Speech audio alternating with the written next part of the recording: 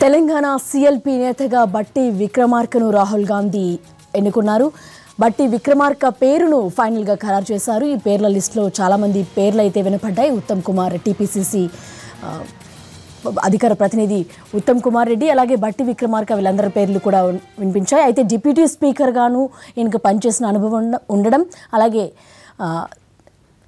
Seniority దృష్ట్యా కూడా బట్టి విక్రమార్కను ఫైనలైజ్ చేశారు రాహుల్ గాంధీ. అధికారికంగా లేఖను విడుదల చేసింది ఏఐసీసీ. దీనికి సంబంధించిన పూర్తి వివరాలు మా కరెస్పాండెంట్ చారి అందిస్తారు. చారి, 2 రోజులుగా సిఎల్పీ నేత ఎవరవుతారు అనే దాని ఉత్కంఠకి కొద్దిసేపటి క్రితమే తెరపడింది. కాంగ్రెస్ పార్టీకి సంబంధించినటువంటి ఎమ్మెల్యేలంతా నిన్న జరిగినటువంటి సిఎల్పీ సమావేశంలో ఎవరి వ్యక్తిగత అభిప్రాయాలన్నింటినీ సేకరించింది. అయితే ఒకే వ్యక్తికి సంబంధించినటువంటి పేరును ఏకగ్రీవంగా ఎన్నుకునే పరిస్థితి లేనటువంటి నేపథ్యంలో కాంగ్రెస్ అధిష్టానం నుంచి వచ్చినటువంటి దూత వేణుగోపాల్ అధిష్టానానికి సంబంధించినటువంటి అధిష్టానం నిర్ణయం తీసుకోవడానికి వీలుగా ఒక ఏకవాక్య తీర్మానాన్ని కూడా చేశారు. సిఎల్పీ నాయకుడి ఎంపికకు సంబంధించి అధిష్టానం ఏ నిర్ణయాన్ని తీసుకున్నా దానికి కట్టుబడి ఉంటామని చెప్పేసి తీర్మానం చేసినటువంటి నేపథ్యంలో సిఎల్పీ నాయకుడి ఎంపిక పూర్తి స్థాయిలో అధిష్టానమే తీసుకోవాల్సి వచ్చింది. ఈ నేపథ్యంలోనే కొద్దిసేపటి క్రితమే ఏఐసీసీ ముఖ్య నాయకులు అశోక్ గెహ్లోట్ ఒక ప్రకటన చేశారు.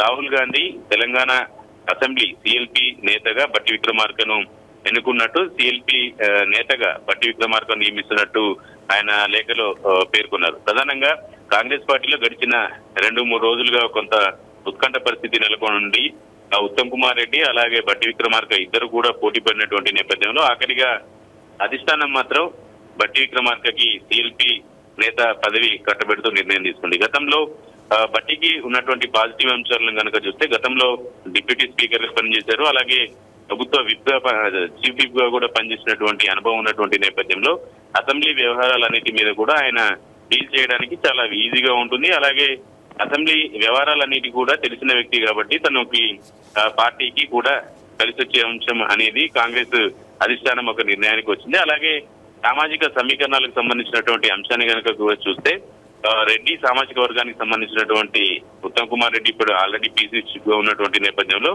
బట్టి విక్రమార్కకి సిఎల్పీ నేతగా నియమించడం వల్ల దళిత సామాజిక వర్గానికి కూడా పార్టీలో ప్రయారిటీ ఇచ్చామనే ఒక ఇండికేషన్ కూడా పంపించే ఆలోచన కనపడుతుంది. అయితే అసెంబ్లీకి సంబంధించినటువంటి వ్యవహారాలు ఇతరత్ర అంశాలన్నింటినీ కనుక చూస్తే అనుభవ రీత్యా బట్టి విక్రమార్కకి కలిసి వచ్చిన అంశం అని చెప్పొచ్చు. గతంలో పనిచేసినటువంటి అసెంబ్లీ వ్యవహారాలకు సంబంధించినటువంటి అంశాలన్నిటి మీద కూడా బట్టి విక్రమార్కకి కూలంకషంగా విషయం ఉన్నటువంటి నేపథ్యంలో ఆయనకి ఎటకేలకు సిఎల్పీ నాయకుడి ఎంపికకు సంబంధించినటువంటి ప్రక్రియను కూడా రాహుల్ గాంధీ పూర్తి చేశారు. గడిచిన కొద్ది రోజులుగా మనం చెప్తూనే ఉన్నాం బట్టి విక్రమార్కకి అవకాశాలు ఎక్కువగా ఉన్నాయి, బట్టి విక్రమార్క సిఎల్పీ నేతగా కాబోతున్నారు అనే అంశాన్ని చెప్తూ వస్తున్నాం. అయితే నిన్న జరిగినటువంటి సిఎల్పీ సమావేశంలో ఎమ్మెల్యేలు గ్రూపులుగా విడిపోయి ఒక్కొక్క అభిప్రాయాన్ని చెప్పడంతో పాటు అధిష్టానము ఏ నిర్ణయం తీసుకున్నా దానికి కట్టుబడి ఉంటామని చెప్పేసి ఒక తీర్మానం కూడా చేసినటువంటి నేపథ్యంలో బట్టి విక్రమార్కని సిఎల్పీ నాయకుడిగా నియమిస్తూ ఏఐసీసీ కొద్దిసేపటి క్రితమే ఒక ప్రకటన కూడా విడుదల చేశారు.